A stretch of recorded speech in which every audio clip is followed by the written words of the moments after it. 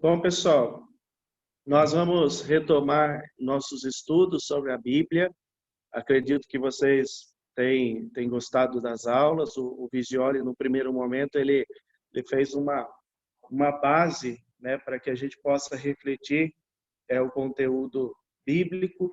E depois, a semana passada, o Cláudio, ele fez uma exposição sobre o Evangelho de Mateus. Inclusive, ele está na sala, né, está ouvindo também. Ele fez uma reflexão sobre o contexto, aquilo que é próprio do Evangelho de Mateus. E hoje nós vamos falar um pouco sobre o Evangelho de Marcos. Se nós pudéssemos estudar os evangelhos, de fato, o Evangelho de Marcos, vamos dizer assim, poderia vir por primeiro, até porque, embora na ordem cronológica bíblica, nós temos o Evangelho de Mateus, que vem por primeiro, mas numa ordem histórica e da forma cronológica da escrita, o Evangelho de Marcos foi escrito por primeiro. Nós temos o Evangelho de Marcos, aquele que dá o início de uma perspectiva bíblica. De fato, talvez, foi mencionado em alguns dos encontros, que antes de toda a palavra ela ser escrita, ela foi traduzida de forma oral. A escrita ela vem no segundo momento. Então, sabe-se que, a partir da experiência do Cristo ressuscitado, os apóstolos anunciavam a vida de Jesus. Anunciavam todo o contexto histórico para anunciar, essencialmente, um contexto. A perspectiva da paixão, morte e ressurreição. O centro da nossa fé é a ressurreição. Portanto, todo o contexto do Evangelho, ela é uma base, uma caminhada para que a gente possa refletir o tema central da nossa fé, e na época, isso que dava o respaldo de Jesus como Senhor da vida, né? Não como simplesmente um profeta ou qualquer uma pessoa, o sentido de Jesus vivo e ressuscitado. Portanto, todos os evangelhos, eles querem mostrar essa realidade. Jesus, ele ressuscitou, ele está entre nós. Então, esta é a perspectiva do fio condutor de todos os evangelhos. Então, no primeiro momento, os apóstolos, eles nos transmitiram essa revelação a partir de Jesus Cristo, e a partir da oralidade, eles foram escrevendo as cartas segundo as comunidades. Então, por exemplo, São Mateus escreveu a comunidade mateana, uma comunidade que era mais ligada à Judéia, a Jerusalém. Ela está mais ligada aos grupos de judeus recém-convertidos. E por isso, Mateus ele vai fazer uma analogia do Evangelho com a perspectiva de Jesus como o novo Moisés e o novo Elias. Se nós dividirmos até mesmo a divisão da Bíblia, pelo menos na tradução da CNBB, ela traz a divisão do Evangelho de Mateus em 5 partes, justamente para fazer essa analogia com a Torá, que para os judeus era o livro de Moisés, né? Eles tinham o Pentateuco como a base, né, dos livros escritos por Moisés. Hoje a gente sabe que Moisés não pôde ter escrito todos esses livros, porque senão ele mesmo teria escrito sobre a sua morte. Ninguém faz a sua memória póstuma. Então, Mateus, ele faz essa referência. Jesus, quem é? É o novo Moisés e o novo Elias. Agora, no Evangelho de Marcos, nós temos uma outra perspectiva. Nós temos o Evangelho escrito a uma comunidade que nós chamamos de comunidade marcana, uma comunidade de Marcos. Então, ninguém escreve uma carta, uns escritos, sem interessar alguém. Seria algo assim absurdo. Vou escrever uma carta e vou anexar para quem quiser receber. Não existe isso. O Evangelho, ela tem essa perspectiva de um anúncio endereçado a alguém. E por isso, no texto que eu elaborei, nós depois vamos falar dos destinatários deste evangelho. Primeiro, nós precisamos pensar, para que a gente possa refletir a comunidade marcana, a comunidade de Marcos, quem é o evangelista Marcos, afinal? Nós ouvimos um pouco sobre o evangelho de Mateus, e provavelmente o Cláudio refletiu sobre a figura de Mateus, que está mais ligada à perspectiva judaica. Marcos, embora na perspectiva bíblica nós temos alguém de fato ligado à comunidade de Jerusalém, mas nós temos uma perspectiva de alguém que, após a destruição do Templo de Jerusalém e a destruição de Jerusalém pelo Império Romano no ano 70, alguém que provavelmente nesse contexto, ou um pouco antes, ele na chamada diáspora, na saída do povo judeu a muitas outras comunidades por volta do ano 70, e isso favoreceu o anúncio do evangelho a outros lugares. Provavelmente Marcos viveu em muitos contextos em Antioquia e, sobretudo, em Roma.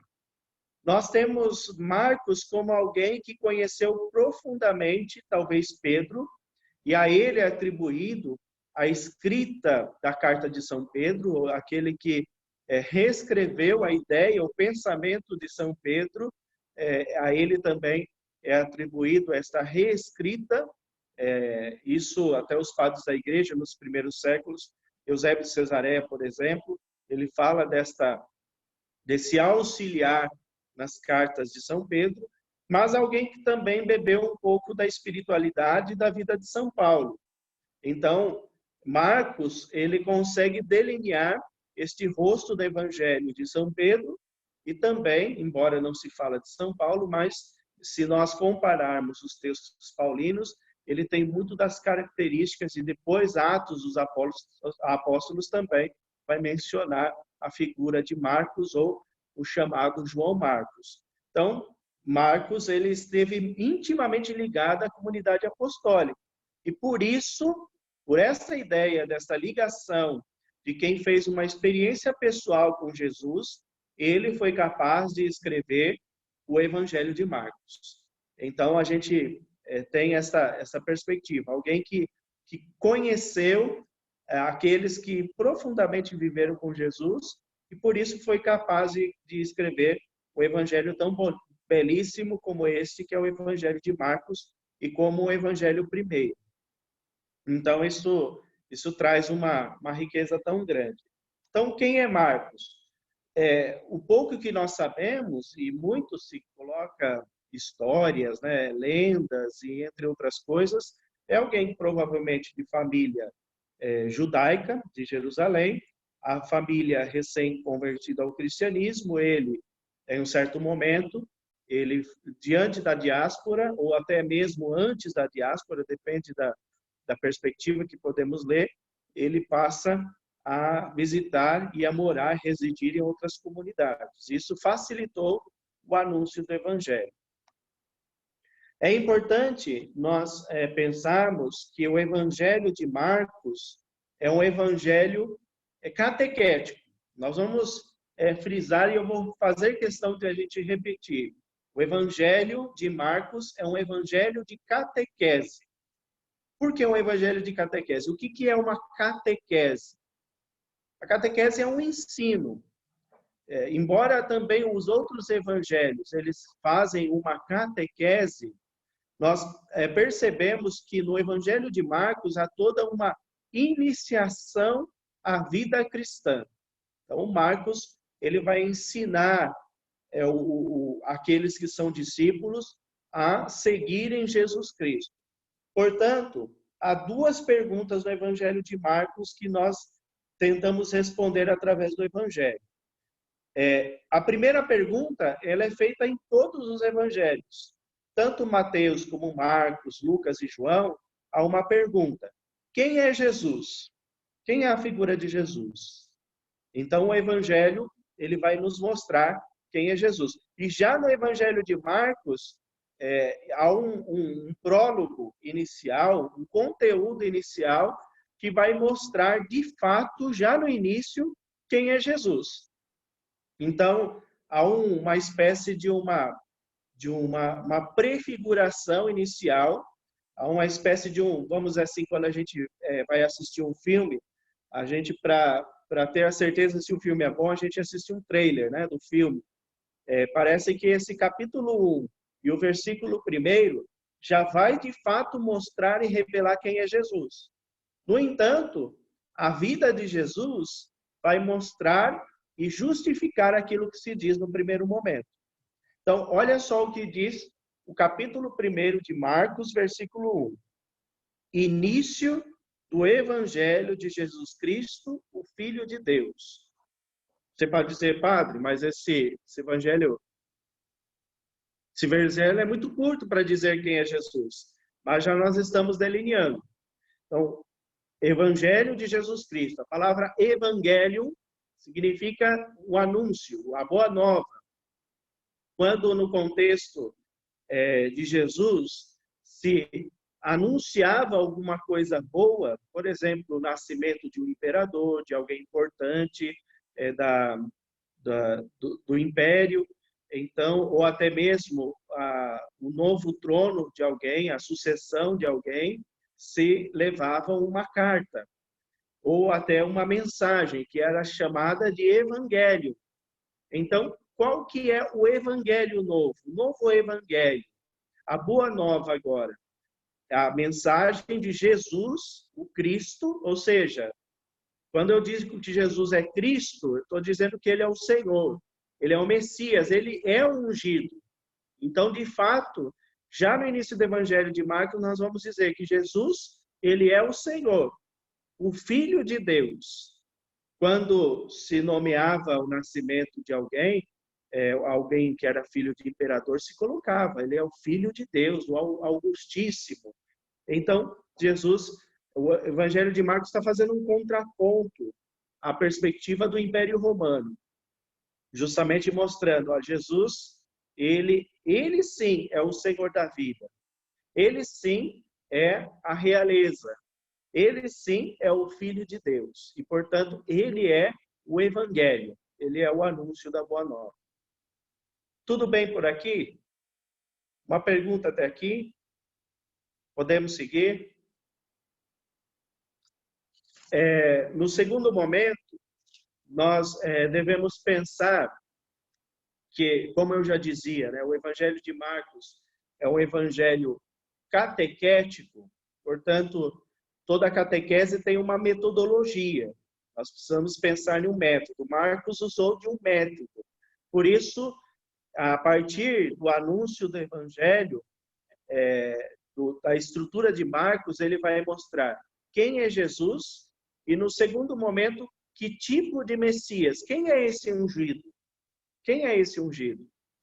Vocês sabem que em um itinerário de iniciação à vida cristã, quando nós fazemos a vida sacramental, por exemplo, vamos receber o batismo, vamos receber a primeira Eucaristia, a crisma. Com esse respaldo da palavra de Deus, há um momento que nós fazemos a nossa profissão de fé. Nós vamos dizer o nosso creio. E isso é próprio das celebrações sacramentais, sobretudo na oração dominical. A gente diz o creio. Há alguns personagens no Evangelho de Marcos que vai dizer o seu creio. Eu acredito que Jesus é o Senhor. Nem todos acreditam que ele é o Senhor, o ungido. No Evangelho de Marcos, nós temos o próprio Pedro, que vai dizer quem é Jesus. Ele vai dizer, eu acredito, tu és o Cristo, o Filho do Deus vivo. Então, Marcos, de fato, ele vai relatar que o próprio Pedro, conheceu muito bem Pedro, sabia que Pedro era aquele que realmente tinha esta vivacidade da credibilidade que é Jesus, embora próximo do momento da cruz ele tenha a sua negação, mas de fato era alguém que fez a sua profissão de fé. Jesus, nesse evangelho, nesse contexto de Marcos, ele vai dizer: quem vós dizeis que eu sou? Quem dizem as pessoas que eu sou? Esse tipo de pergunta, Jesus, ele de fato é audacioso. Ele vai dizer: o que dizem as pessoas por aí que eu sou? E aí eles vão dizer: olha, alguns dizem que é Elias, Jeremias, ou alguns dos profetas, João Batista. E aí Jesus vai chamar os discípulos de perto: e vós aqui, vocês que fazem a refeição comigo, caminham comigo, fazem essa experiência comigo, quem eu sou para vocês? E aí Pedro toma a palavra. Ele vai dizer: tu és o Cristo, o Filho do Deus vivo. Portanto, nesse primeiro momento, nós temos alguém que professa a fé, que já está colocado no capítulo 1, versículo 1. Então, Pedro, ele é aquele que é o primeiro a fazer esse itinerário catequético. Diante da caminhada de Jesus, ele é convidado e ele realmente vai dizer quem é Jesus. De fato, depois, Jesus vai falar da sua paixão. E o que faz Pedro já em seguida? Embora Jesus vai fazer aquele comentário, né? Tu és Pedro, sobre essa pedra edificarei a minha igreja. Jesus, diante do seu anúncio primeiro da paixão, Pedro vai dizer: Senhor, que isso nunca te aconteça. E aí Jesus chama a atenção dele: olha, tu tá sendo pedra de tropeço, né? Então que você se retire de mim. Chama Pedro de Satanás, né? Então Jesus é enérgico também com Pedro. E João Marcos não isenta esse relato da intimidade de Pedro com Jesus. Com certeza Pedro foi lá e contou essa situação, ficou meio marcado para ele, né? Para ele poder relatar para Marcos. Então essa questão ela é pertinente dentro desse caminho da profissão de fé.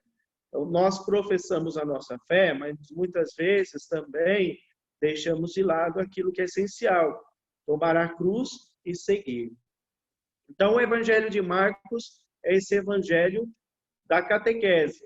Jesus, no Evangelho, no início do Evangelho, ele tem uma perspectiva um pouco diferente dos outros evangelhos.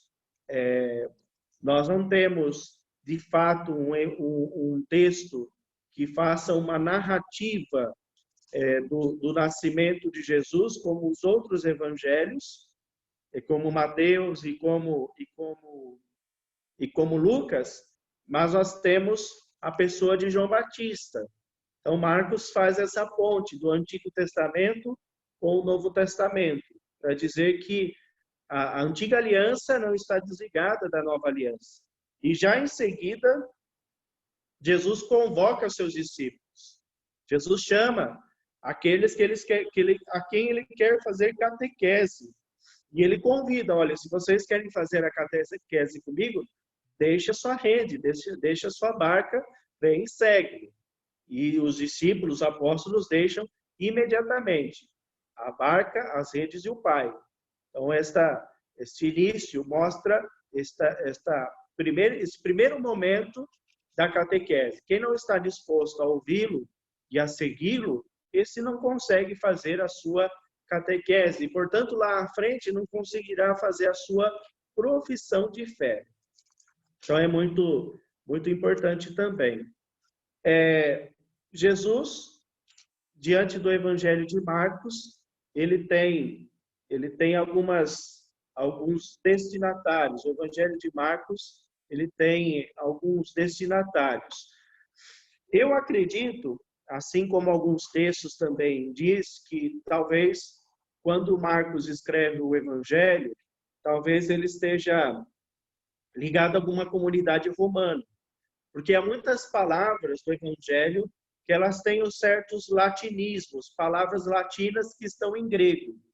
Então, eu acredito que, por esta perspectiva, o Evangelho de Marcos também possa ser escrito a uma comunidade romana, ou até de Antioquia, mas não em Jerusalém, porque o Evangelho de Marcos, ele explica muitas coisas que, para quem mora lá, é óbvio.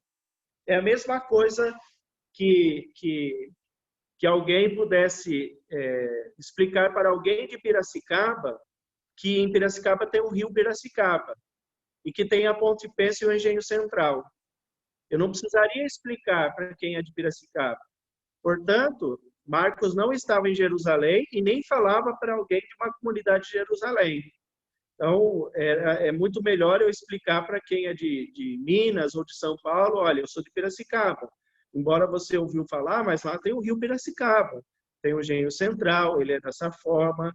Ele Piracicaba tem os seguintes pontos turísticos. Então, por essa perspectiva, a gente consegue entender que Marcos ele explica muitas questões dos costumes judaicos. Provavelmente ele não fala por uma comunidade somente de judeus. Então ele fala das prescrições religiosas, ele fala dos costumes. De fato, no capítulo 15, se nós temos a primeira profissão de fé de Pedro, no capítulo 15, nós temos, já no contexto da crucificação de Jesus, a confissão de fé de um soldado romano.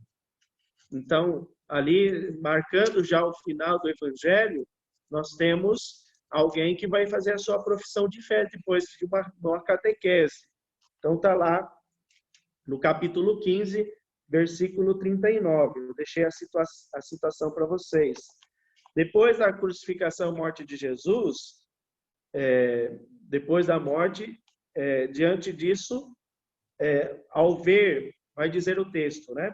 Ao ver que havia expirado deste modo, ou seja, Jesus havia morrido, o centurião que estava diante dele, isso é próprio do Evangelho de Marcos. A gente vai ver isso muito específico no Evangelho de Marcos. Ele vai dizer, verdadeiramente, este homem era filho de Deus. Olha só, verdadeiramente esse homem era filho de Deus. Só de visualizar aquele momento da cruz, o centurião naquele momento, ele vai dizer, verdadeiramente este homem era o filho de Deus. Portanto, o centurião romano é aquele que, de modo, nesse momento essencial, né, da perspectiva da paixão, da morte e a ressurreição, é alguém que faz também a sua profissão de fé. Isso também marca que o Evangelho de Marcos é o evangelho da universalidade da salvação. Talvez o Evangelho de Mateus não mostre essa universalidade da salvação, ou seja, a salvação é para todos. No Evangelho de Mateus, se vocês recordam, no final de semana, Jesus vai dizer, né, pela boca de Mateus, pelas palavras de Mateus, olha, ide primeiro à casa de Israel. Evangelize primeiro o povo de Jerusalém, antes dos samaritanos. Então, esta prioridade, a comunidade de Jerusalém. Isso não acontece no Evangelho de Marcos. Nós temos Marcos, assim como Lucas, de modo muito, muito visível, este caminho da universalidade da salvação. De fato, nós temos uma estrutura belíssima do Evangelho e nós vamos discorrer dentro dessa perspectiva. No primeiro momento, a gente já falou, né, nós temos esse prólogo, que vale a pena vocês retomarem, grifem ele lá, capítulo 1, versículo 1 do Evangelho de Marcos. Depois nós temos, no primeiro momento, para dizer quem é Jesus, nessa estrutura, nós temos no capítulo 1 ao capítulo 6, esta organização do discipulado. Jesus está organizando o seu povo, os seus discípulos, a multidão, para que eles pudessem segui-lo. Então, ele vai se mostrar como alguém que vem acolher as ovelhas perdidas da casa de Israel. Então, Jesus, ele faz esse contraposto. Ele vem mostrar quem é esse povo de Deus que Jesus veio anunciar a boa nova. E por isso também, nesses textos, há também os adversários de Jesus, os mestres da lei, os fariseus. Então, essas discussões aparecem também nos primeiros evangelhos. E culmina nesse capítulo 8, né, em que Pedro faz a sua profissão de fé, seu primeiro momento da profissão de fé. No segundo momento, nós temos, do capítulo 8 ao capítulo 14, nós temos essa perspectiva. Quem é esse Jesus? Que tipo de Jesus é esse Messias? É um Jesus que caminha, agora, a partir do capítulo 8 ao 14, caminha para Jerusalém, e nesse caminho ele vai mostrando que ele é esse servo sofredor, é aquele que se doa pela humanidade. Então, vem à tona toda a perspectiva do Antigo Testamento, da figura do servo sofredor de Isaías. Também João ele vai resgatando, e Jesus é o cumprimento da palavra de Deus. Então, esse momento ele é oportuno. Há também, no capítulo 16, a conclusão do Evangelho. A conclusão também é importante, ele faz o fechamento da leitura do Evangelho, que está no capítulo 16, no versículo 9. Então, do 9 em seguinte, nós temos um acréscimo. Depois do sepulcro vazio encontrado, nós temos esse acréscimo que mostra essas aparições do ressuscitado. E o Evangelho conclui desta forma. Depois de falar com os discípulos, o Senhor Jesus foi levado ao céu e sentou-se à direita de Deus. Então os discípulos foram anunciar por toda parte. O Senhor cooperava, confirmando a palavra pelos sinais que acompanhavam. Então, assim como no Evangelho de Lucas, nós temos o Evangelho que mostra como aqueles que fizeram a sua catequese, fizeram a sua experiência a partir do Cristo ressuscitado nas suas vidas, eles não ficaram acomodados, eles não ficaram sentados. Após a ascensão de Jesus, a vinda do Espírito Santo, os discípulos, e assim que ainda marca o Evangelho, não falam de apóstolos, porque o discipulado ele é contínuo em nossa vida, sempre nós estamos aprendendo com Jesus.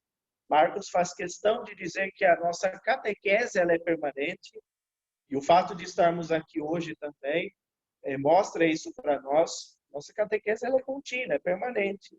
Posso dizer, mas já fiz minha primeira Eucaristia, já fiz minha crisma, está tudo bom. Não, nós não podemos conformar com isso.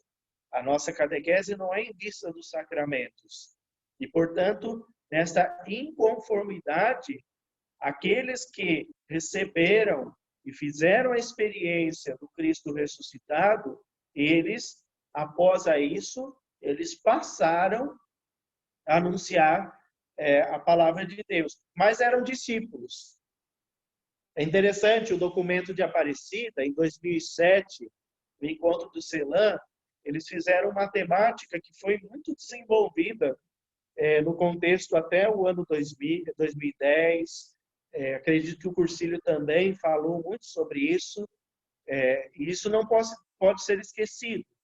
E se falava que todos nós somos discípulos, missionários de Jesus Cristo. Ou seja, ao mesmo tempo, somos discípulos missionários. Então, essa ideia, ela parte dessa iniciação à vida cristã. Nós nunca concluímos a nossa perspectiva de fé. Nós podemos professar a nossa fé em Jesus, mas a acolhida à palavra de Deus, ela é constante em nossa vida e nossa caminhada. Portanto, essa perspectiva ela é muito pertinente na nossa fé e na nossa vida. Eu fiz questão de trazer para vocês, nos textos, algumas palavras de destaque no Evangelho. Uma delas é a referência à Galileia ou ao mar da Galileia. O início do Evangelho de Jesus, no Evangelho de Marcos, inicia-se na Galileia. Vamos imaginar que a Galileia do tempo de Jesus seja a periferia da periferia. Era considerado o lugar onde eram os mais desfavorecidos. Era o lugar de limite, de divisa com os países estrangeiros. Então, nós vamos encontrar nesse texto algumas referências dizendo que aquele lugar era a Galileia dos pagãos. Ou seja, era o lugar dos excluídos. É lá que Jesus vai chamar os seus discípulos, é lá que Jesus vai viver boa parte do seu ministério, pelo menos 3 anos do seu ministério, ele vai viver lá na Galileia. Somente depois do capítulo 9, aí ele parte para Jerusalém, e assim ele vai viver o itinerário da sua paixão, morte e ressurreição. Mas, em muitos contextos, Jesus ele está na Galileia. É lá que ele vai fazer a reunião com os discípulos, os apóstolos, vai chamar os apóstolos, e também é lá que ele vai fazer as suas curas e os seus milagres. Em Betsaida, em outros lugares, nós temos diversos momentos de curas. Em Genezaré, está lá no capítulo 6, versículo 53. Então, a partir daí, nós temos o Jesus que anda nas águas do Mar da Galileia, Jesus que cura em Genezaré, Jesus que cura a mulher sírio-fenícia, uma mulher estrangeira, a cura do surdo gago. Lembrando que, quando nós ouvimos os relatos de cura nos evangelhos, nós temos que pensar que, por exemplo, um surdo ele era totalmente, para os mestres da lei e fariseus, desprovido da graça de Deus. Era assim eles entendiam. Por quê? Porque o surdo nunca iria ouvir a palavra de Deus. Então, era alguém desprovido. E olha só, Jesus vai curar um surdo gago, ou seja, alguém que, além de não ouvir, não falava. A gente sabe que muitos surdos são mudos, né? Porque nunca ouviram, ou têm essa dificuldade de falar. Mas, no entanto, esse era um surdo gago. Ele não conseguia falar direito. Jesus imediatamente abre as línguas, a língua e os ouvidos, né? E ele vai curar. É interessante que no momento do nosso batismo, um dos ritos que acontece, né, é este momento do chamado éfita, abre-te. E assim o padre coloca as mãos nos ouvidos do catecúmeno e também na boca. Esse é um momento catequético, é um momento do batismo. Após a iniciação cristã, o padre também realiza este gesto como iniciação à vida cristã, no momento do batismo. Então, esse éfita, ele acontece de forma catequese. Então, as curas de Jesus são momentos da catequese. Olha só, também, depois, Jesus, ele cura o cego, né? Faz com que ele possa abrir os olhos. Fazer catequese, receber a instrução da palavra de Deus, é abrir os olhos. Precisamos abrir aos olhos a realidade da palavra de Deus. Às vezes as pessoas ouvem tantas pessoas, mas não ouvem a palavra de Deus. Chegam a conclusões, às vezes, sobre política, sobre religião, mas não fez a experiência do Evangelho. Não ouviu a palavra de Deus. E aí cria-se expectativas sobre o mundo, por exemplo, da política, entre todas as coisas, sem a abertura à palavra de Deus. Então, precisamos caminhar nessa perspectiva do olhar da palavra. Não podemos deixar se levar por outras palavras. A palavra que nos ensina, que nos exorta, que nos cura, é a palavra de Jesus. Então, esta é a palavra que nós devemos acolher por primeiro.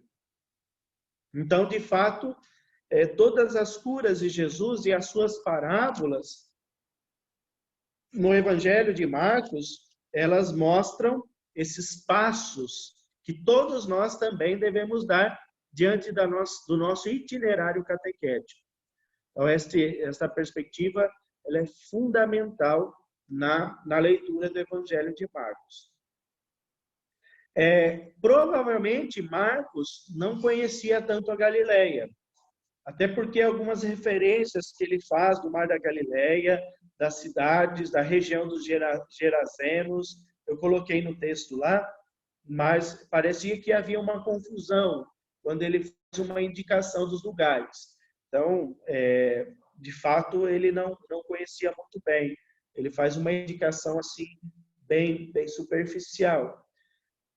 Um outro momento importante do Evangelho de Marcos é o deserto, né? A figura do deserto. João Batista, que clama a voz no deserto, o próprio Jesus, né, que faz também o seu itinerário no deserto, o batismo de Jesus, que acontece no deserto. Então, o deserto é o lugar da revelação de Deus. É um lugar de falta de privação de alguma coisa, mas também, se nós fizermos um olhar lá no livro do Êxodo, da onde que o próprio Deus retira, a partir de Moisés, as tábuas da lei, a palavra de vida, é a partir do deserto. Então, em meio ao deserto, Deus é capaz de suscitar a sua palavra. Por isso, em meio ao deserto, no Evangelho de Marcos, Deus vai suscitar o Filho de Deus a partir desse batismo. E assim João Batista indica: esta é a voz que clama do deserto. Então, o deserto no Evangelho de Marcos é esse lugar pleno da revelação de Deus e da proximidade com Deus. Então, é o lugar dessa perspectiva da revelação. Mas também é um momento de preparação. Por isso que está contido no início do Evangelho de Marcos. É o momento que nós nos preparamos. Parece que esse momento de pandemia, nós estamos vivendo no deserto. Mas aproveitemos esse deserto para nos preparar, para rezar mais, nos colocar à oração. Talvez agora a gente tenha deixado mais esse isolamento, né? Temos saído mais. Eu, de fato, não tenho saído. Mas há muitas pessoas que têm já voltado ao ritmo de trabalho, entre outras coisas. Mas se você não tem voltado, esse deserto, que nós podemos chamar assim, esse momento, que possamos fazer desse momento um momento de preparação da nossa fé, uma preparação para o cursilho. Vamos nos alimentar a nossa fé para que a gente possa, se Deus quiser, logo, quando tivermos o próximo cursilho de homens, o próximo cursilho de mulheres, o de jovens, nós estaremos alimentados a nossa fé. E assim possamos também alimentar a fé em Jesus Cristo nas pessoas que vamos ter como cursilistas. Então, esse deserto que também nós estamos participando e vivendo nesse momento. Há muitos desertos na nossa vida, mas lembre-se, em meio ao deserto, só Deus pode trazer a vida. Só Deus pode trazer um oásis de graça. Só Deus pode trazer a água viva. Então, esta perspectiva do deserto, ela traz uma espiritualidade belíssima para nós também. Uma outra perspectiva, uma outra figura que eu fiz questão de até trazer uma imagem que é muito interessante, é a imagem da casa. A gente tem ficado mais na nossa casa, né? O Evangelho de Marcos é o Evangelho das casas. Jesus que entra nas casas. No Evangelho de Marcos, a palavra casa, ela aparece 13 vezes. 13 vezes ela vem aparecer. Então, e ela faz uma alusão também à pessoa de Jesus Cristo. Se o próprio, no Antigo Testamento, o próprio templo é a casa de Deus, nós também agora estamos, ou melhor, no próprio templo, o próprio templo é o próprio Deus, nós também temos a casa, o próprio Jesus. Dentro da casa existe um modelo, né, de casa simples da Galileia, em que nós podemos delimitar e entender um pouquinho a cultura judaica, né? Nós temos a Galileia como uma comunidade muito rural, primitiva. As casas elas não têm os telhados como nós temos, né? E por isso Jesus vai falar do anúncio da palavra aos telhados, né? Porque as pessoas subiam ao telhado e, em algumas ocasiões, o telhado era um caminho para que as pessoas pudessem passar como se fosse uma estrada.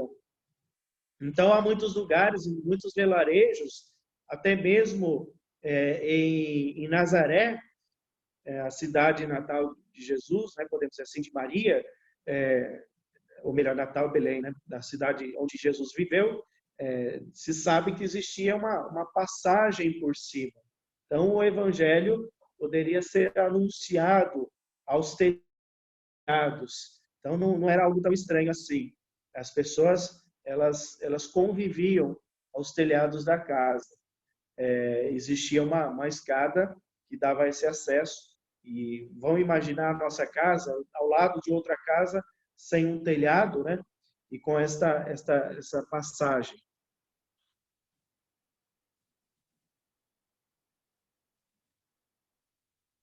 Isso, aí legal.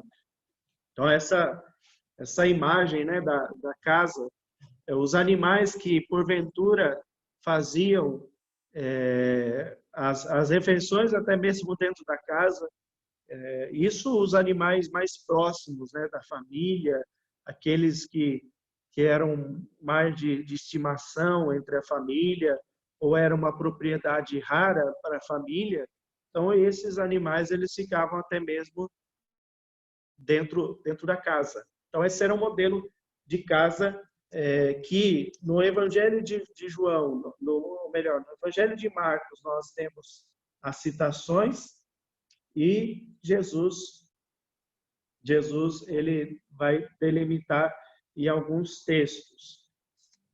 Então essa é a imagem da casa que nós temos de Israel. Uma outra figura que nós temos é a figura da barca. Essa figura ela aparece mais vezes do que na casa. A barca ela tem essa perspectiva também da missão, né? Da perspectiva do deslocamento, do sair de si. Então, essas imagens da barca também a imagem do próprio Cristo. Essa imagem ela aparece diversas vezes no Evangelho de Marcos. Então, a gente vai ver diversas vezes. Jesus, no primeiro momento, pede que os discípulos pudessem deixar a sua barca, mas, de fato, Jesus ele começa a ensinar num barco. O capítulo 4, versículo 1, vai dizer assim, depois do chamado aos discípulos, né, que é o capítulo 1 ainda, de novo Jesus começou a ensinar junto ao mar, e uma grande multidão se ajuntou ao redor dele. Por isso, entrou num barco e sentou-se, enquanto toda a multidão ficava em terra junto ao mar. Então, Jesus fez da barca a sua cátedra, o lugar do ensino, o lugar da catequese. Só é capaz de fazer a sua catequese quem está perto da barca, para ouvir. Então, esse ensinamento de Jesus da barca era algo incomum. Jesus precisou ir à barca para que ele pudesse não se estar distante, mas conseguir com que a palavra de Deus pudesse ser ouvida abertamente ali àquela multidão que estava à beira do mar. Então, era o melhor lugar para que ele pudesse anunciar. Então, por isso que Jesus também ele traz essa figura da barca, né, como esse lugar de anúncio da palavra de Deus. Lembrando que, depois na tradição cristã, a imagem da barca é a imagem da nossa igreja. Todos nós fazemos parte desta linda barca, né, que é a barca de Jesus. Temos até uma musiquinha, né, de uma música cristã, né, a barca de Jesus. E o Padre Zezinho também tem a barca também. Vale a pena depois vocês ouvirem as músicas do Padre Zezinho lá da barca. Então, essa perspectiva, ela acontece no Evangelho. Para encerrar, eu queria que vocês pudessem fazer algumas perguntas da parte de conteúdo. É claro que tem muitas coisas, se a gente quisesse delimitar o Evangelho e ir aprofundando capítulo por capítulo, mas eu passei uma referência que vocês podem estudar de forma mais avançada, né? Para que vocês possam aperfeiçoar o Evangelho de Marcos. Mas, de fato, o essencial do Evangelho de Marcos está colocado. Coloquei alguns pontos para reflexão, que é uma espécie de uma pergunta, uma reflexão do Dom Evaristo Arnes, o Dom Paulo Evaristo Arnes, quando ele fez um círculo bíblico sobre o Evangelho de Marcos, ele coloca algumas questões para a gente responder. Então, eu vou ler aqui, né, para que a gente possa também, a partir disso, elaborar nossa pergunta, nossa reflexão. Para que possamos acolher a mensagem de Jesus em seu verdadeiro espírito, é necessário que despertemos em nós a graça que nos foi dada no batismo, lá que nós recebemos o sacramento primeiro. Somos filhos de Deus Pai e Ele nos fala. Depois ele vai fazer uma outra consideração. Ler o Evangelho significa encher-se de esperança e força nova. Então, precisamos ler os Evangelhos, né? Ele nos enche de esperança. A grande descoberta que devemos comunicar a todos os outros é que Deus não quer o mal, e sim a libertação de todo sofrimento. Por isso Jesus veio libertar na Galileia todas as pessoas que sofriam. E a pergunta que eu quero deixar para vocês, né, e a gente pode comentar, vocês podem perguntar outras coisas também. Qual o significado de Jesus ter vindo de Nazaré da Galileia para nós? E por que Jesus realizou grande parte da sua missão nessa região chamada Galileia? Por que ele realizou? Por que nós achamos que ele pode ter realizado boa parte da sua missão na Galileia e não em Jerusalém e em outros lugares? Isso também tem uma perspectiva sobre a pessoa de Jesus, para a gente entender por que Jesus veio. Isso é muito interessante também. Gente, da minha parte, era isso. Eu utilizei diversos materiais para falar sobre o Evangelho, mas eu gosto de um texto, um livro muito popular, embora esse texto que eu fiz, ele não é desse livro, mas para que você possa fazer um estudo aprofundado dos Evangelhos, esse livrinho é o melhor livro. É a coleção Como Ler o Evangelho de Marcos. É da editora Paulus. Esse é do Euclides Balancin. Ele tem a coletânea, Mateus, Marcos, Lucas e João. Né? E também esse livro que é do Dom Valmor. Esse livro também, que fala do Evangelho de Marcos, uma perspectiva mais teológica. Então, são dois materiais importantes também. Ok, gente? Obrigado à compreensão aí, a paciência de todos. Obrigado, Padre Danilo, pela aula. Falou sobre o Evangelho de Marcos. Alguém tem alguma questão? Fique à vontade, é só abrir o áudio aí, tá?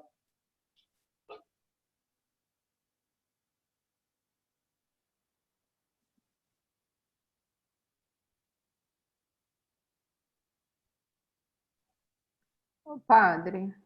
Sim. Boa noite. Boa noite. Eu não vou responder a sua pergunta porque eu não sei, mas eu vou fazer outra. No começo do material que o senhor mandou, fala Sim. que Marcos foi um dos motivos da separação de Paulo e Barnabé na segunda viagem. Eu não consegui ler ainda aqui para entender, mas se o senhor puder adiantar, por que que ele foi esse motivo e depois diz que mais tarde Paulo reconheceu a importância de Marcos? É o capítulo 13, né, de Atos dos Apóstolos. Então, era uma perspectiva de missão, né, de um para Antioquia e outro para outros lugares. Então, era, de fato, no primeiro momento, eles queriam estar unidos. O Evangelho vai mostrar, ou melhor, Atos dos Apóstolos vai mostrar isso. Então, parece que há um desapego deles. Porque Marcos se sentia como um discípulo desses apóstolos. Como que eu vou sair do pé deles? Né? Eu tenho que aprender, né? Eu tenho que estar junto. Então, esse desprender que ele tem, de fato, de Barnabé e de Paulo dentro da missão. Então, ele vai ser a causa de separação. Ou vai com um com o outro. Né? Eles não vão estar mais juntos. Escolha quem que você vai ficar ou você fica à parte, né?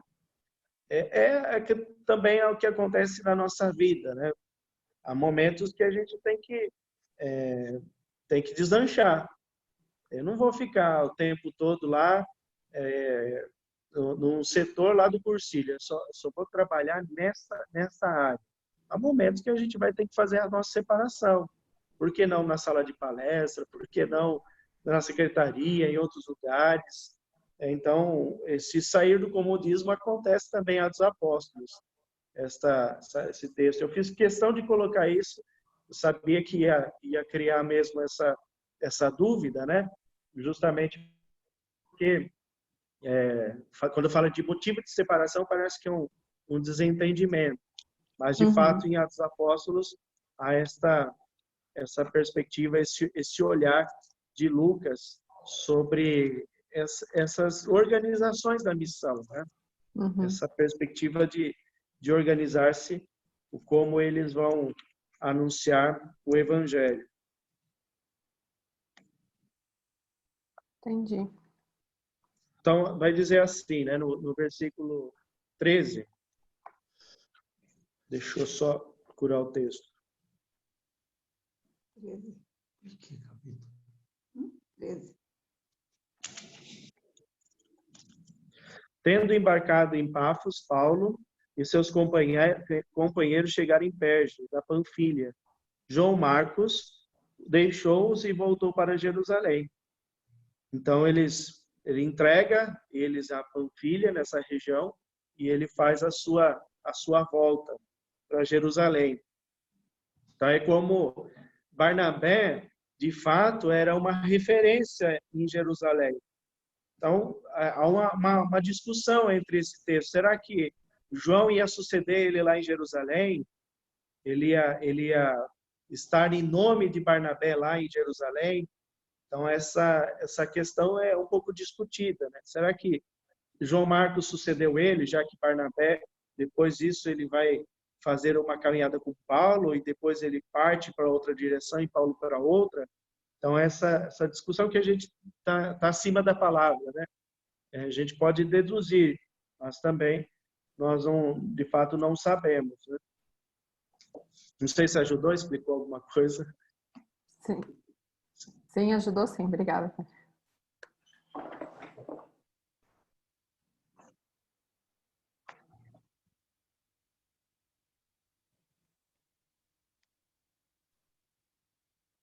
Mais alguém? Mais alguma pergunta?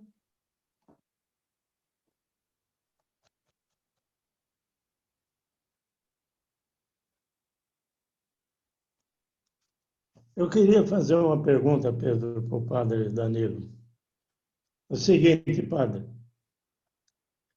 por que motivo existem tantas diferenças entre os evangelhos na parte das mulheres que vão ao túmulo de Jesus no domingo? Essa de Marcos diz uma coisa, os outros evangelhos dizem que enfim, tinha 2 anjos, outros dizem agora aí que tinha um só.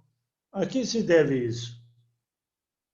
Ela está ligada a um contexto da comunidade, né? Eu via uma irmã já idosa, ela dizia assim, eu não gosto do Evangelho de Marcos, principalmente o final dele, porque, diferente dos outros evangelhos, parece que Madalena não está ali no sepulcro como nos outros evangelhos. Então, ela dizia assim, eu não gostei, não gosto do final desse evangelho. E um dia, esses tempinhos atrás, eu fui lá na comunidade, né? E justamente no dia que eu fui celebrar, ela estava lá, era a festa de São Marcos. E aí eu falava, olha, você vai ter que se reconciliar com São Marcos hoje, hein? A festa dele. Mas cada um tem uma perspectiva de um olhar ali a partir da ressurreição. Existem contradições? Nós não conseguimos dizer, precisaria colocar um paralelo, eu não conseguiria por hora dizer assim, se existem tantas contradições. Cada um vai fazer um olhar de uma imagem, né, descrita para a narrativa da ressurreição. Então, cada um liga a sua caminhada de fé nessa experiência da ressurreição. O olhar de Lucas é um olhar mais helênico, é um olhar mais grego. Então, por isso ele traz muitas essas narrativas dos anjos, justamente para isso marca um pouco a vida dos gregos, essa perspectiva sobrenatural. Eles, de fato, têm esse sentimento embora eles são filósofos, né, racionalistas, mas eles têm um pezinho ali na mitologia, né, em todas essas questões. Então, por isso, marcar essa figura do anjo, o túmulo da ressurreição, é um motivo de credibilidade para eles. Então, cada um foi delineando conforme a sua comunidade. É uma construção teológica? Nós não sabemos, né? Nós temos ali diversas perspectivas. Aqui no Evangelho de Marcos, elas de fato existem esse texto que eles vão embalsamar o corpo de Jesus.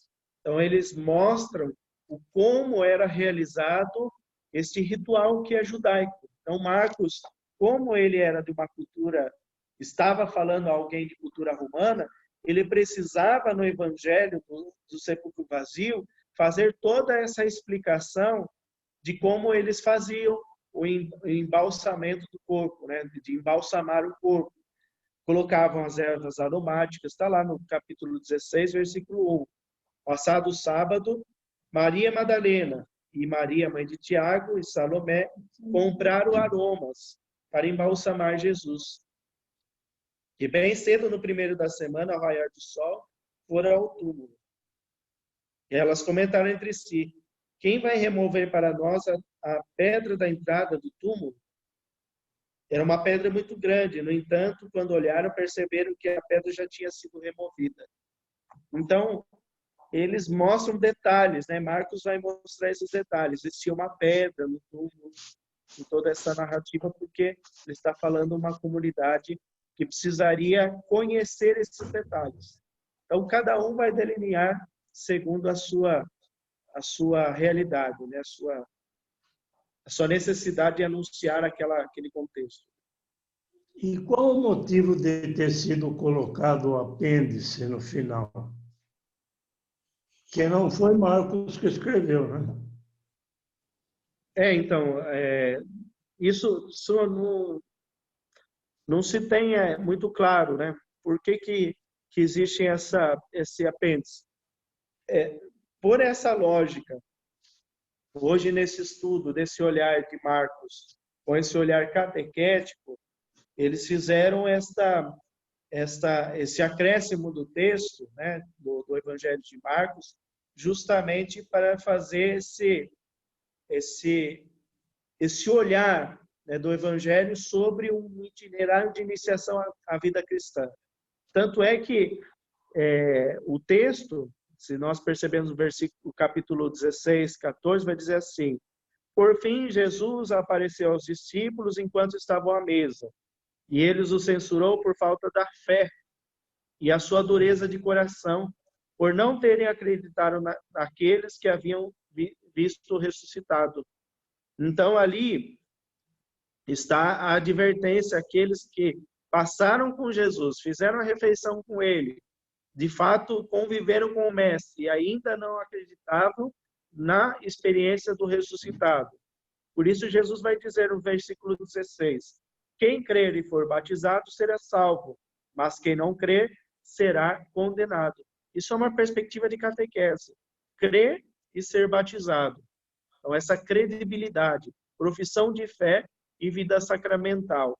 Então, esse acréscimo, ele mostra justamente essa perspectiva que eu já ia discutindo, né? Falando de acordo com o texto. É uma finalização daquilo que é a missão daquele que é batizado, daquele que fez a sua catequese, que ela é contínua, ela é permanente. Tá bom, obrigado.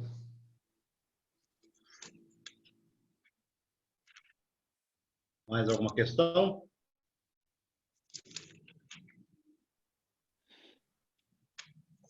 O padre vai responder as duas perguntas que ele fez para a gente? Era isso que eu ia fazer a pergunta, Jaqueline, porque Agora eu estou fiquei em dúvida. curiosa. Porque se você pega o Evangelho de Marcos aí, no final ele vai falar, né, para os discípulos voltarem para a Galileia, que Jesus vai estar lá de novo. No começo ele fala que João Batista já preparava o caminho, Jesus saiu da Galileia, foi até João Batista e voltou para a Galileia. No final do livro, o anjo pede para Maria falar aos discípulos para que eles voltem para a Galileia, que Jesus vai estar lá. E tudo aconteceu na Galileia, né? Toda a obra de Jesus, todos os eventos do anúncio de Deus aconteceu lá. E agora eu estou curioso também. Mas ainda voltando nesse capítulo 16, aí ele só termina na ressurreição de Cristo. Os anjos falando para as mulheres, vão. Esse apêndice vem falar que, além disso, teve outras coisas, né? Então, quer dizer, acho que o Evangelho de Marcos terminaria aí, no 16, até o 8, né? Antes do 9. Sim. Esse do 9 parece ser um acréscimo mesmo, chama... né? Até o 8. Até o 8, não é isso? 16, capítulo 8, onde ele fala, então as mulheres saíram do túmulo porque estavam com medo, assustadas, e disseram nada a ninguém porque tinham medo. Aí vem esse apêndice, né? Que fala, depois disso apareceu a Maria Madalena e outros e tal lá. Sim. Mas a pergunta é aquela mesma que a Jaqueline está. Por que a Galileia? Porque tudo aconteceu lá. Então, primeiro, né? Qual o significado de Jesus ter vindo de Nazaré da Galileia ou da Galileia, né? Então, eu mesmo dizia que a Galileia é a periferia dos judeus. Jesus, ele vai mostrar a sua missão aos marginalizados e aos mais pobres. E por isso, esse mandato de Jesus aos discípulos. Olha, voltem para a Galileia. Lá vocês vão me encontrar. Então, como nós podemos encontrar Jesus? Quando nós também vamos à Galileia. Nós compactuamos com o sofrimento daqueles que sofrem, que estão marginalizados, que justamente vivem na miséria, na fome e em tantas outras perspectivas. É lá que nós encontramos Jesus. Eu não tenho dúvida de que a Galileia, para nós, o lugar de missão é nesses lugares. Infelizmente, é uma análise que eu faço, tá? É uma crítica de mim mesmo, né? Quando a gente fala da igreja, a gente fala de nós, né? E, infelizmente, nós esquecemos dos mais marginalizados, mais pobres. Muitas vezes deixamos de lado o anúncio a esses lugares. Eu vivi numa paróquia e conheço muito bem a paróquia, por exemplo, Sagrada Família, e lembro muito bem da dificuldade de formar uma comunidade como a São Paulo Apóstolo, lá no Bosque Legueiro. E o como ela é esquecida ainda hoje, né? Existe uma comunidade muito pequena, de 20 pessoas numa celebração, né? E como que é o anúncio nesses lugares, né? parece que a gente se esfriou nessa missão. Por isso que o Papa Francisco, ele vem dizer lá de cima, né, para nós, para baixo, para nós sermos uma igreja em saída. Eu lembro muito bem, e eu posso dizer, testemunhar, de pouco de pessoas que tem na comunidade de São Paulo, foi através do Cursilho de Cristandade, né, pelo seu Valdemar, e também a sua esposa, Dona Ana, que faziam os encontros, os núcleos do Cursilho dentro das casas, lá no Bosque Leieiro, faziam os encontros, terços, escola, e incansavelmente até quando o seu Valdemar esteve, até o momento que ele ficou doente, até o último instante ele fazia esses encontros e nunca cessava de realizar esse anúncio da palavra. Então, esse anunciar na Galileia. E Jesus está lá, ele está onde as pessoas sofrem. Eu com toda certeza, assim, eu falo, quem trabalhou com pessoas que estão enfermas, com doentes, eu sinto muito falta de visitar os doentes. E rezo muito por eles, mesmo estando distante dos hospitais. Porque eles têm uma necessidade mesmo de bênção, da graça de Deus, dos sacramentos. E quando eu vou nos hospitais para dar unção, é o próprio Cristo. Lá é a Galileia. Então, essa perspectiva de Jesus fazer a missão dele na Galileia e encerrar a sua missão em Jerusalém mostra essa perspectiva, né, da desigualdade e da igualdade que Jesus traz, a dignidade humana que Jesus vem devolver. Então, Jesus veio realmente pelo Evangelho de Marcos e pelos outros evangelhos também, ele veio devolver essa dignidade humana. Ele veio trazer uma vida nova e uma vida integral. Quando a gente vem devolver a dignidade humana de alguém, a gente vem trazer a espiritualidade, a saúde, a vida integral. Então, Jesus, ele, de fato, era alguém que anunciou na periferia e pede também aos seus discípulos para não deixarem a Galileia de lado. Maravilha, não sei se padre. isso, de fato, responde, né? Mas responde plenamente. Eu imaginava isso mesmo, mas não com profundidade, né? Que tem que voltar onde tudo começou. Maravilha, obrigado, padre. Respondeu para você, Jaque? Com certeza.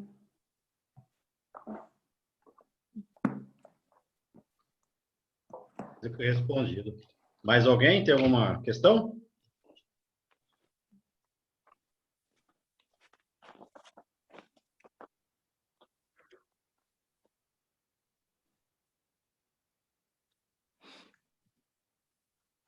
E essas reflexões, Pedrão, é interessante. Na aula passada, o Cláudio deixou o capítulo 25, 31, 46, né? Para a gente falar sobre o reino do céu, justiça divina, obras de misericórdia e presença de Deus até o fim dos tempos, né? E trazendo para esse livro também, obras de misericórdia, voltar para Galileia, né? E ficar lá até o fim dos tempos. De repente, pegar as duas últimas questões que o Cláudio deixou para a gente, né? Legal. Bem pensado.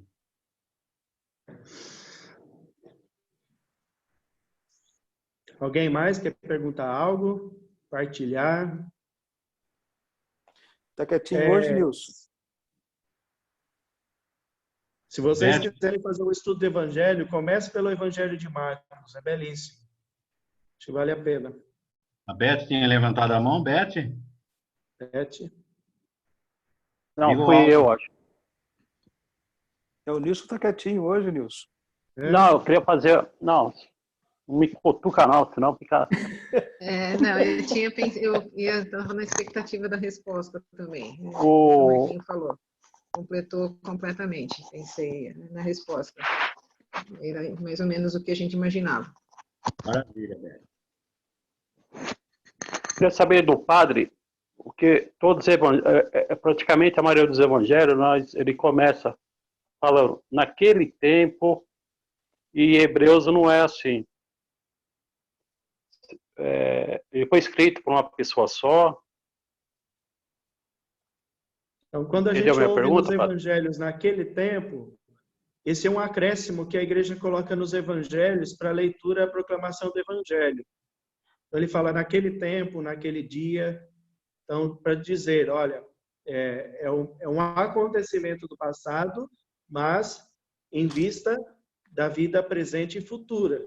Então, por isso que nós encontramos em todos os evangelhos, se vocês de fato procurarem nos evangelhos, não vão encontrar muitos naquele tempo. Mas na igreja, no lecionário da igreja, quando a gente vai proclamar a palavra de Deus, seja o evangelho, seja na liturgia diária, a gente encontra naquele dia ou naquele tempo. Raras vezes nós não temos essa palavra que antecede o evangelho. Agora, nas cartas paulinas, em outros textos, nós não vamos encontrar isso, né? Porque ele está falando justamente dos evangelhos. Então, o que eu estou querendo dizer quando eu falo naquele tempo? Naquele contexto acontecia isso. E isso que acontecia, ele é vivido para nós hoje, e para nós é palavra da salvação, é palavra de vida.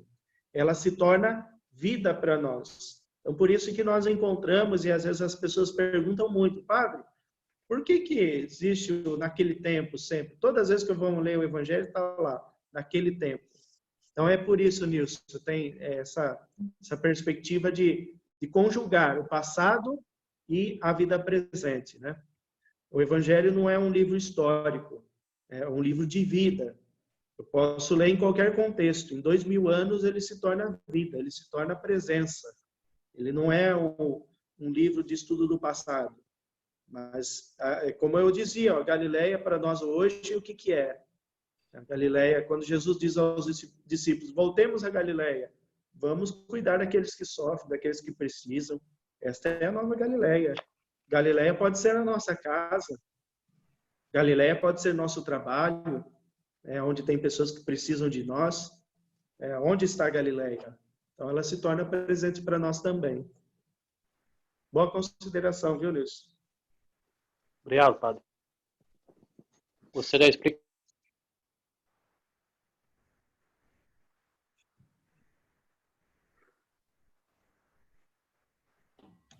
Mais alguém? Só Pedro, Padre Danilo também aproveitar essas reflexões aí de Galileia, né? Mais oportuno ainda de nós nos movermos para fazer alguma coisa para as pessoas necessitadas. Nós estamos aí as nossas ações, que nós estamos em andamento, tem 2 ações aí, junto lá das meninas do Corpus Christi, e mais ainda, junto lá do pessoal que está sendo abrigado lá no Jaraguá, né? Pessoas carentes, pessoas necessitadas, moradores de rua que não têm onde recorrer. Então, uma reflexão muito boa aí, Padre Danilo, para a gente estar se atentando e cada vez mais estar contribuindo para quem precisa, né? E lembrando que o padre está à disposição como ponto de coleta lá, para nós ajudarmos o pessoal lá do Jaraguá lá. Então, fica aí, mais uma vez, o nosso pedido aí, da nossa ação aí, para a gente estar colocando em prática aí. Mas muito bom, viu, padre? Muito obrigado aí por o senhor estar conosco hoje aí novamente. Muito bom mesmo. Obrigado. Padre Danilo, quer aproveitar e fazer a propaganda da pizza? Fique à vontade. Então, nós vamos, dia 27, né, nós temos a nossa promoção da pizza. Se alguém interessar ainda, nós temos à disposição, né, dos 4 sabores, mussarela, calabresa, milho catupiry e a moda. Então, conto com vocês aí para divulgar a pizza, ajudar-nos a vendermos, né, já que nós contamos com isso para que a gente possa manter a casa aqui no seminário, já que a gente não tem a casa de retiro, né? Nós estamos sem recursos, então a gente precisa de alguma forma manter o seminário e a casa. Então conto com a ajuda de cada um de vocês Conto também com a ajuda no dia também, para que a gente possa confeccionar a pizza, ajudar a elaborar, montar ela, né, no dia também. Então, conto mais do que isso também da ajuda de cada um de vocês para a montagem da pizza também, tá bom? Desde já agradeço a cada um, vocês que já estão colaborando, nos ajudando de alguma forma. Que Deus abençoe a todos aí. Padre Padre Danilo, Danilo, só uma coisinha, César. Padre Danilo, os Hum. sabores precisa passar até segunda-feira, dia 22, né? Isso. Eu preciso dar uma semana de antecedência para a gente preparar, né, os ingredientes. Então, se vocês puderem mandar até o dia 22, perfeito. O pessoal de Santana lá vão comprar algumas pizzas, tá, Padre? O Miro Legal. falou comigo sábado. E o pessoal de Rio das Pedras também estão se movimentando lá. Legal. Padre Danilo, só aproveitar a presença do senhor, deixa eu explicar melhor para nós como é que pode ser feita essa entrega dos mantimentos e agasalho aí para o senhor no seminário, que horário que poderia ser entregue, como é que poderia o povo estar levando aí no seminário para o senhor? A nossa campanha o do que a gente agasalho de poderia mantimento. nos organizar, os jovens têm vindo sempre fazer a live deles aqui no seminário, né? De repente, a gente conversaria com jovens de retirar nas casas, quem não tem a possibilidade de vir trazer, né?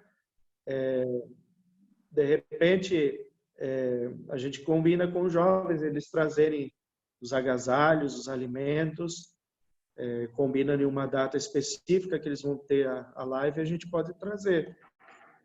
Agora, se alguém estiver passando aqui e quiser trazer, pode trazer, a gente já vai encaminhando numa sala, deixa aqui, sem problema, tá bom? Se você tem as suas coisas e quer trazer já, sem problema, a gente organiza numa sala e já deixa aqui. Tá? Pode trazer qualquer horário, a gente não sai daqui a todo momento, então podem trazer. Bom, padre, obrigado. Já que quer falar da lista aí, para quem vai auxiliar na montagem das pizzas? Sim. Só da questão das doações, então só lembrando que tinha pouca gente na sala que a gente falou. Se alguém precisar, tiver dificuldade, quiser deixar comigo as doações de agasalho, de alimentos, daí no final da semana, lá para quinta, sexta-feira, eu levo no seminário. É só me procurar, a gente combina, ou traz para mim, ou eu vou buscar, a gente combina. Com relação às pizzas, a gente vai precisar de uma equipe de 15 pessoas para o sábado, no dia 27, para ir ajudar lá no seminário, a partir das 7 horas da manhã. Daí, eu vou mandar no grupo a listinha para a gente ir passando, para quem puder ajudar, já me passa os nomes, que a Maria Helena, minha mãe, a Sol, lá, o pessoal está organizando a confecção das pizzas. E se alguém quiser também já se pronunciar, eu já anoto aqui o nome. Lembrando que a gente vai precisar tomar todos os cuidados, todo mundo tem que estar de máscara, tentando manter aí um distanciamento. Quem for grupo de risco, a minha opinião é melhor não ir, então avaliem se quem pode ir, quem de fato não pode. Mas daí, se alguém já quiser passar o nome para mim, eu já vou anotando e depois eu lanço a lista no grupo. Jaque, falando dessa questão, eu já providenciei luvas, tá? Também eu consegui aquele visor, né, de acrílico legal. para preparação e as máscaras também, tá? Então, para o dia aí tem aí os equipamentos aí de segurança aí para nós. Muito bom, padre. O Adriano está colocando aqui que vai no dia 27, Adriano, é isso? Posso marcar seu nome? Zé Du também. Zé Du também. Falou eu aqui, deve ser. Deve ser isso, né? O senhor já está intimado. Ô padre, o senhor tem aí álcool em gel ou está precisando? Eu preciso ver aqui, eu tenho um pouco aqui. Mas se precisar, eu providencio, sem problema. Ô padre, pode deixar então que eu levo mais uns 2, 3 vidros aí no dia da pizza. Devo ter alguns aqui. Tá, mas pode deixar que então eu levo. Tá. Mais alguém quer falar mais alguma coisa ou podemos encerrar a aula? Só dizer, Pedrão, que as próximas aulas, próxima segunda-feira, dia 22, Evangelho de Lucas, é o Reinaldo que vai fazer. Na sequência, dia 29, vai ser o tema São Pedro, São Paulo, é o Padre Danilo novamente. Tá? Então, segunda-feira que vem, Reinaldo, Evangelho de Lucas. Na segunda-feira seguinte, São Pedro, São Paulo, com o Padre Danilo. E o Evangelho de João depois é o Diácono Robson. Isso, no dia 6 de julho, o Evangelho de João, o Diácono Robson, isso mesmo. Dia 13, Vocação do Cursilista Jaqueline. Dia 20, Ecumenismo e Diálogo Interreligioso, o Padre Danilo novamente. E dia 27, Seitas e Falsas Religiões, com o Visioli. A gente fecha o mês de julho. E acredito eu que na última semana a gente tem reunião do GED, já programa agosto. Maravilha. Lembrando Mais sobre alguém? esse do ecumenismo, eu estou convidando algumas pessoas de outras religiões, né, para a gente fazer essa reflexão. Então, desde já, assim, peço, né, para vocês aí o máximo de respeito, né, na forma de a gente conduzir as falas, às vezes crítica, né, que tem às vezes a outra religião, que a gente possa ser o mais amigável e respeitável possível, né? Porque até então, se é outra religião, o fato de ser outra religião é porque a gente não concorda com algumas coisas, mas a gente precisa saber e ter o máximo de diálogo e respeito, né, com as diversidades religiosas. Então, estou organizando aí e já tem um amigo meu que é pastor que já aceitou, e aí estou fazendo os convites aí. Maravilha, padre. Bem lembrado. Mais alguém? Então, agradecer ao padre Danilo pela aula. Obrigado, padre. Sempre disposto, Valeu. sempre nos ajudando na escola. Agradecer a presença de todos. Hoje, 30 pessoas aqui, mais os agregados, né? Né, Bená? Dona Terezinha, os agregados. Então, chegamos aí perto de 40 pessoas. Maravilha. Quero agradecer. César, mais alguma coisa? A participação de todos, a gente vê que cada segunda-feira, né? Hoje nós estamos vendo, eu pelo menos estou vendo na Estela aqui, que eu acho que é a primeira, segunda que ela está participando. Tem os jovens também aí que está vindo, né? Participar conosco. Eu participei sábado com os jovens, deixei também aberto para eles, se quiserem participar de segunda-feira conosco aqui. Então, essa união, Pedro, essa interação que nós temos mesmo que levar à frente para o nosso grupo estar forte, estar unido, para, com a graça de Deus, quando passar essa pandemia, a gente voltar à normalidade. Então, só agradeço a todos mesmo pela presença, pela participação, ao padre Danilo, de estar sempre conosco aí, e a todos vocês que estão nos ajudando aí pelas redes sociais para a gente estar se encontrando na segunda-feira. Obrigado a todos, uma boa semana. Uhum. Eu queria dizer que gostei muito da aula, do encontro, e é sempre muito bom estar aprendendo mais, né? E me deixou muito mais assim ansiosa de estar chegando nesse encontro de ecumenismo aí, que achei uma ideia muito boa de ver a posição de outras religiões, né? Sobre esse assunto de Jesus Cristo, de Cristo, né? Que no fundo é um pai só e somos todos irmãos. E além de tudo, os temas são riquíssimos, né, César? Sim, os temas das aulas muito ricas, então... A catequese que o padre estava falando que nós sempre temos que estar renovando e aumentando e participando, né? Sim. Isso é uma catequese muito importante na nossa caminhada de cristão, na nossa vida aí de católico, para a gente estar sempre firme e forte aí. Isso é atualizando, muito importante, né? Sempre atualizando, isso mesmo. Sim, sim. Isioli, vamos encerrar? Vamos pedir para o padre nos dar a bênção final, então. Sim. Maravilha. O Senhor esteja convosco. Ele está no meio de nós. Por intercessão de Nossa Senhora Aparecida e de São José, e de São Paulo, apóstolo Pacômio Porcílio. Abençoe-vos o Deus Todo-Poderoso, Pai, Filho e Espírito Santo. Amém. Amém. Deus abençoe todos vocês e a casa de cada um. Deus Amém. abençoe. Amém, Padre. O senhor Amém. também. Boa Amém. semana. Obrigado. Boa semana. Boa semana a todos. Boa semana, pessoal. Estou vendo aí que veio